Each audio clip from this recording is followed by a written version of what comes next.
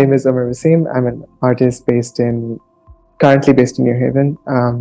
I was in Karachi, Pakistan for the past 10 years. My work is primarily installation based, and I've been thinking about bearing witness to histories that are being erased by militarized states in South Asia. What informed your entry into art practice, growing up in Pakistan and then working across various contexts? I was born in Karachi, but came of age in Islamabad in the 90s, and I kind of also left for college from Islamabad. And growing up, I think that I think Islamabad was very, very green in compared to Karachi. I think that it was also just very, very different in its temperament.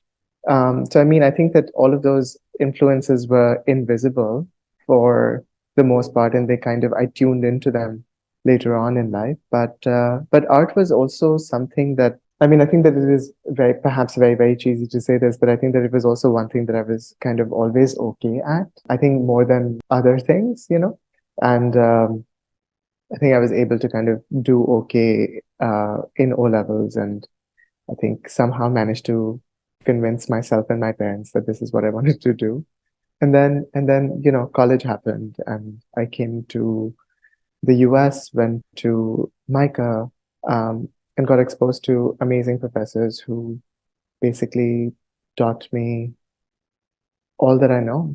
Um, and so I think that a very conventional story of how I got into art, but I think that I was able to kind of complicate my ideas only after I went back home from the US, though, because by the time I was coming out of undergrad, my work also looked like everyone else's work. That in that it was not saying a lot, and I think that or at least when I was growing up, I think that there was a turning of sorts to kind of to look elsewhere to kind of adhere to an identity, or to kind of come into an identity. So I think that the work that I made in undergrad was largely kind of nondescript.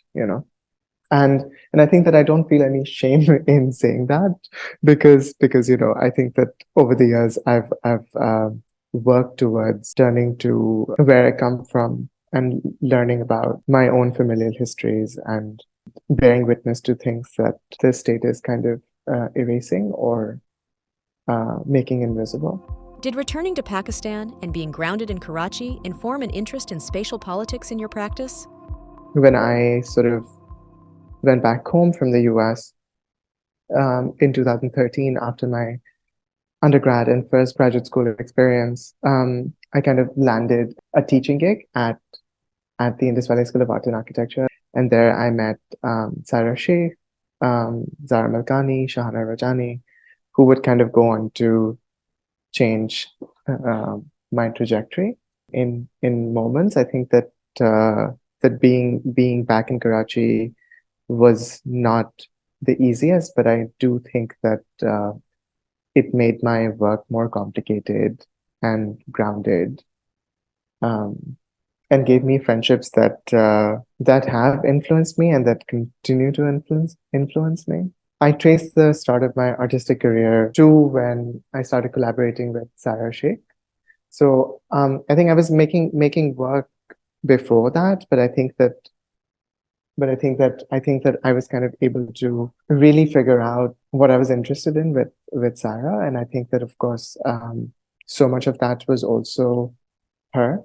And I think that to me, I think friendships have been really, really central to making and thinking about work, and I think that in Karachi we were seeing so much dichotomy in how spaces were um, ordered or structured, and really thinking about our place in the urban. And we live in areas in Karachi that are controlled by the military, and those are kind of considered to be elite areas in the city. But I think that we were kind of also thinking about fallacies of how these housing schemes and societies operate. So we were kind of like really zooming into what kind of constitutes the urban, um, who's kind of who's kind of left out of like the matrix of how cities are kind of uh, read and constructed, but then kind of also thinking about the role of the artist in kind of making accessible these details, thinking a lot about complicity and labor and value. So I think that we were really, really drawn to those moments where we thought that, how can we complicate our relationship with the environment, with the urban? How can we kind of think about things that kind of make Karachi what it is? Can you tell us about how this interest manifested in specific projects?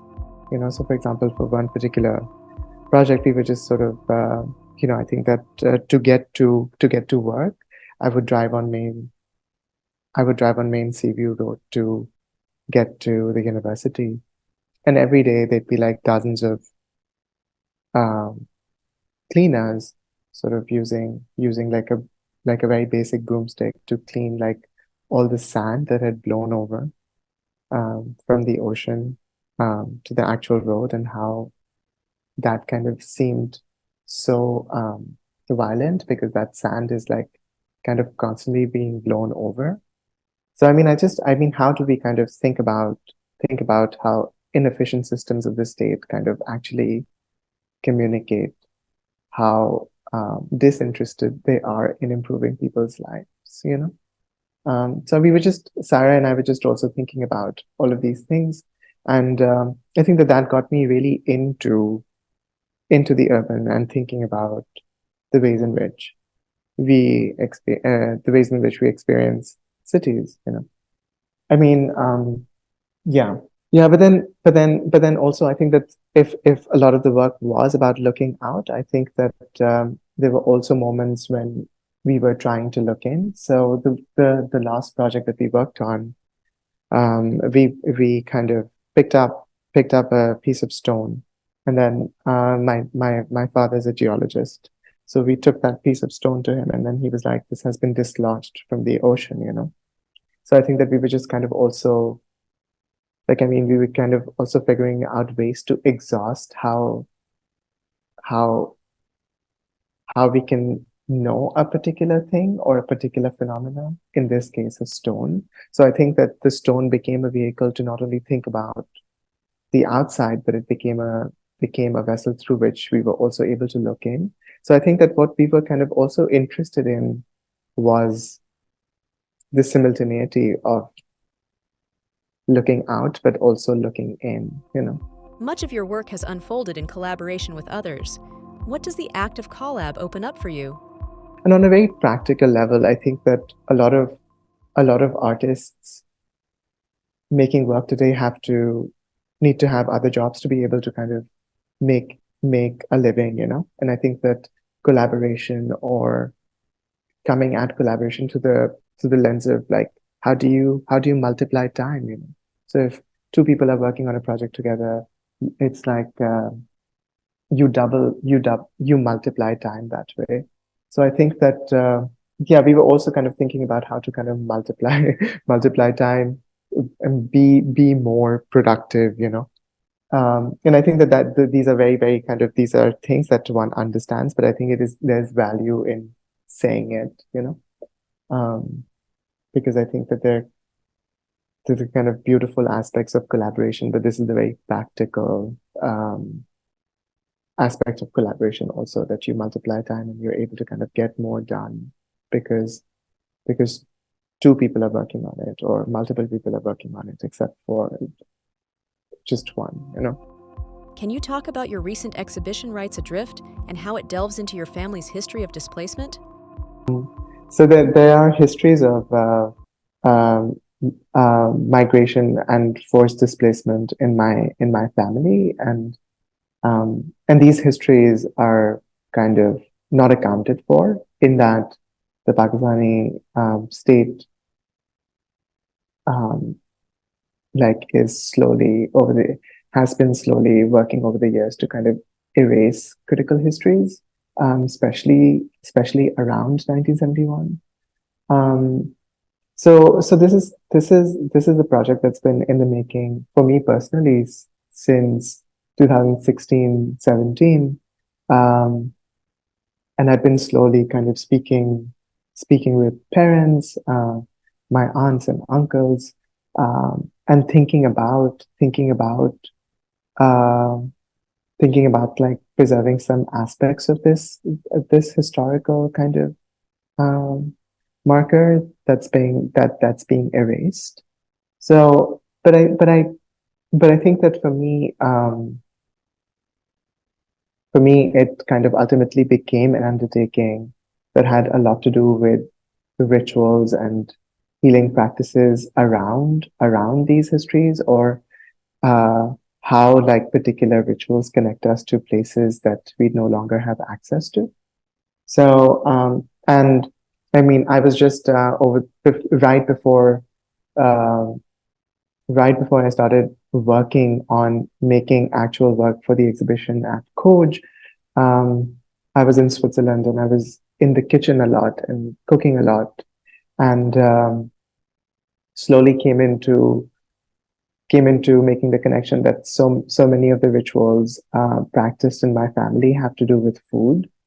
Um, and so yeah, so I mean, I think that rituals and rituals and certain practices lead us to particular places in the Indian subcontinent that our Pakistani passports do not allow us to access, you know. So so food, recipes, traces become vehicles through which to remember. I think that I mean I kind of also do not necessarily frame this as an exercise in sort of making accessible like evidence, you know, but I think that evidence is also kind of lived and ephemeral and transient and is kind of always morphing and mutating and becoming. And I'm quite interested in those aspects of how beliefs animate certain things. Tell us a bit more about how the exhibition brings these concepts together. Yeah, there's several elements in the exhibition, but I think that there's certain moments that kind of take center stage, and I think that one of them will be thinking with thinking with plants.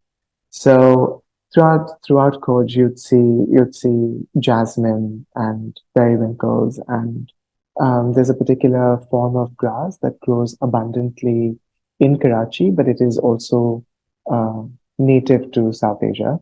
I think in Karachi we call it dhaka ghas, and I think that it kind of grows all over. And I just also really think that for a life form that grows so abundantly, you know, I think that it kind of also makes accessible histories, or a history that the state is kind of constantly um, erasing, or that history is kind of constantly under the threat of erasure. So I just also really think that these moments of everyday encounters, or something that I've grown up with pretty much all my life, kind of also bears witness to a place that one no longer has access to. So and within that space, there's an audio piece which kind of makes accessible. You know, I think that we kind of repeatedly turn to water and fire and air to sort of stay alive, but I think that these very kind of elements that keep us alive are also weaponized during moments of conflict.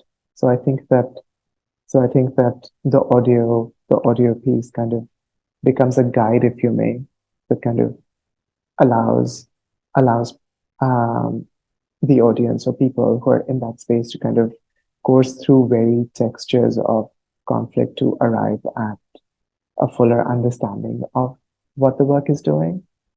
Um, and I think that sometimes I think that to make the work more accessible, I've often also turned to text. And in that, in that particular space, you will also one finds an essay that kind of also is fragmented. I, I think that there was a very deliberate decision um, that both Anushka and I Anushka Rajendran, who curated the exhibition, I think that we were kind of also working towards kind of, I think that, or what we were hoping to do was to kind of have these fragments all over Coach that would kind of lead to an understanding of a particular kind of moment in history, in my family's history. So yeah, so I think in another space at Coach, there was a vitrine that was relatively close to the ground, and in that, I was kind of thinking through like rituals and practices that have continued or have been a part of my family for generations, and how they connect us to West Bengal, to Chittagong, and how they have continued in Karachi over the years. But I think that the decision to kind of place them under a vitrine was also such that I think that the transference of these rituals kind of um, I mean they kind of end with my generation. I think that the younger kids in our family do not necessarily have a connection with these. So I think that there's also an element of these being fossilized over time, you know. So I think that the vitrine was kind of acting that for me. I think that recipes and particular dates in the year um, kind of communicate a very lived, like it's a very lived piece, but I think it is also something that is kind of being being lost, you know. So I think that it is also a way of archiving. How does your work delve into ritual and memory? So yeah, so another component of the exhibition was was a space in which we installed hundreds of paper flowers, and paper flowers in my family were kind of made for um, for milad or ceremonies of remembrance that were geared towards kind of remembering the prophet and or or saints. So I think that when I was growing up, I mean, I remember kind of making these paper flowers, you know. So I think that that kind of became a vessel through which, you know, I think that they kind of also made, or that it became a way through which to kind of bear witness to a history, you know. I think that a lot of these practices like Milad and turning to Sufi saints have also been, I mean, I think that the Pakistani state wants people to practice religion in a very particular way, and I think that these are kind of also being disappeared or erased, you know. So I think that it kind of also kind of makes accessible like another way of practicing religion or another way of practicing Islam or the ways in which Islam is practiced within South Asia, or at least the ways in which Islam is practiced in my family. So I think that just thinking about, and I think that these practices of making flowers, making paper flowers with a cotton center that's perfumed hours before the start of the Milad, um, I think that there's something very particularly charged about that for me. So, and I think that I was just thinking about thinking about how that kind of also activates a way of remembering something that is like being erased or something that is kind of transient, you know, because I think that smell is so important and central um, to memory. Um, so yeah, I mean, I was able to send a bottle of ether from Karachi to to Delhi. So it was also like it had a direct connection with home as well. And I think that what I kind of keep returning to is the familial, you know. And I think that there is perhaps so much power in turning to the everyday, the lived, and the everyday is so ephemeral. So I mean, I think that how do we grasp at something that is so transient, you know? So I think that smell, plants kind of evoke that transience for me and make accessible histories that are critical but are being erased, you know? Your works are concerned with intimate things, the everyday, the familial. Can you talk about what has informed this trajectory recently? I spent around 2.5 months in Switzerland on a residency that was sponsored by Pro Helvetia.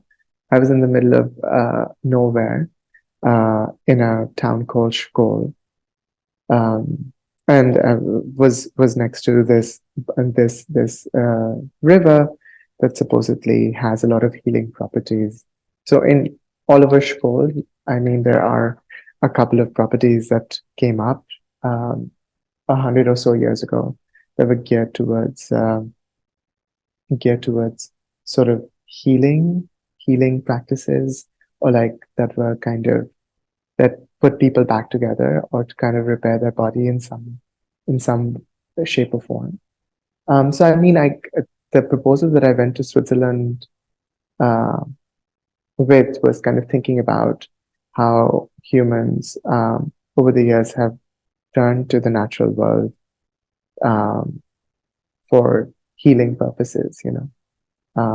And I was thinking about how these practices um, might intersect with some of the healing practices in South Asia.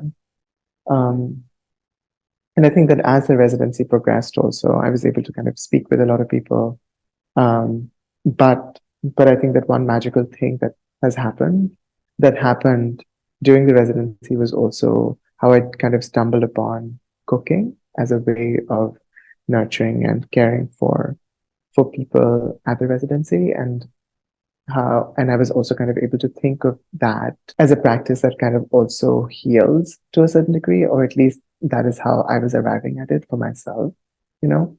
And I think that so I think that I've always been interested in cooking, and I'm able to kind of cook moderately okay, but I think that I kind of really enjoyed that, and I think that thinking about food kind of led me to certain aspects of rights adrift also. So yeah, so I mean, I think there was a fantastic time because also the residency was such that there was no expectation placed on whoever was in residence to kind of produce um, a body of work or to show work.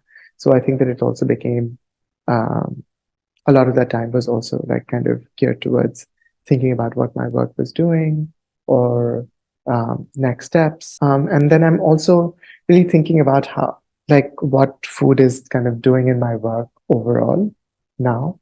You know, I think that for me, it is so immediate and lived, um, and a part of, I mean, silly to kind of say this, but like it's really like kind of everyday. And I think that there's power in sort of turning to the everyday. What's next for you in your practice? I think I'm perpetually confused about what's next. And I think that, like, I mean, after every project, I'm kind of drawing a blank and pulling my hair out, not really knowing what's next. So I think that I'm at that particular point in my thinking right now. I've also just moved away from home. I'm in a new place. So I've just also been kind of thinking about what to make next, what to do next, and also in conversation with quite a few wonderful people after many years of just, being out of academia. So I think that this is a very, very exciting time, but I think that there is a little bit of, I think I'm just sort of still finding my my finding what to say or how to make in a new place. So I've been thinking about plants that are growing around this sculpture facility, and then figuring out how to make work. I think it's not an easy process, but then I think that in moments also I'm drawn to ideas of domesticity, because I've had to set up my apartment. just now, and I think that so much of my mental capacity was directed towards that. So I think that I'm thinking about domesticity and what it animates and holds, you know. So yeah, and I think that being away from home kind of also draws more focus towards it, perhaps. So I am thinking about home and domesticity and old Pakistani TV serials or dramas, and that's where I currently am, you know. And I'm just like thinking about how these things will, how these ideas kind of hold here, away from home, how these ideas, what these ideas will be able to kind of animate or communicate. Because I think that even though I've worked in different places, I think that for the most part, the audience that I've had access to is South Asian. So I think that there are kind of ways of entering the work. So I think that I'm just also thinking about what kind of materials or materiality can you know sort of make accessible those details that maybe at times I've also taken for granted.